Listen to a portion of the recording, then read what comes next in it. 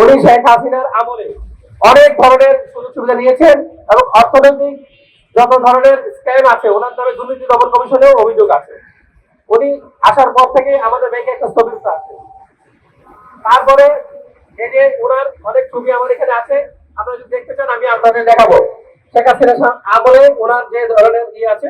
তারপরে আমি আসি আমাদের এমডি মহোদয়, আমাদের সোনালী ব্যাংকের এমডি। উনি নিজেকে এখন আবার খোলস পাল্টে উনি আবার নিজেকে এখন বিএনপি মধ্যে দাবি করে, কিন্তু ওনার এই যে ছবিগুলো এবং ওনার ভিডিও আছে আমার কাছে, এইগুলো দিয়ে প্রমাণ করে যে উনি সুবিধাভোগী। যখন যে ক্ষমতায় আসে তার সুবিধাভোগী। এখন উনি 15 লক্ষ টাকা বেতন পান, 3টা বোনাস পান, আরো 15 লক্ষ টাকা, ওনার 4টা গাড়ি। আমাদের প্রধানমন্ত্রী তারেক জিয়া বলেছেন এখানে কোন ধরনের রাষ্ট্রীয় সম্পদ করতে হবে। 1 লাখ টাকা বেতন আমাদের প্রধানমন্ত্রী। সব মিলিয়ে আমাদের যে এমডি মহোদয় 4টা গাড়ি ব্যবহার করেন, রাষ্ট্রীয় সকল সুবিধা ব্যবহার করেন। সেই সকল সুবিধা দিবেন কাকে দিবেন?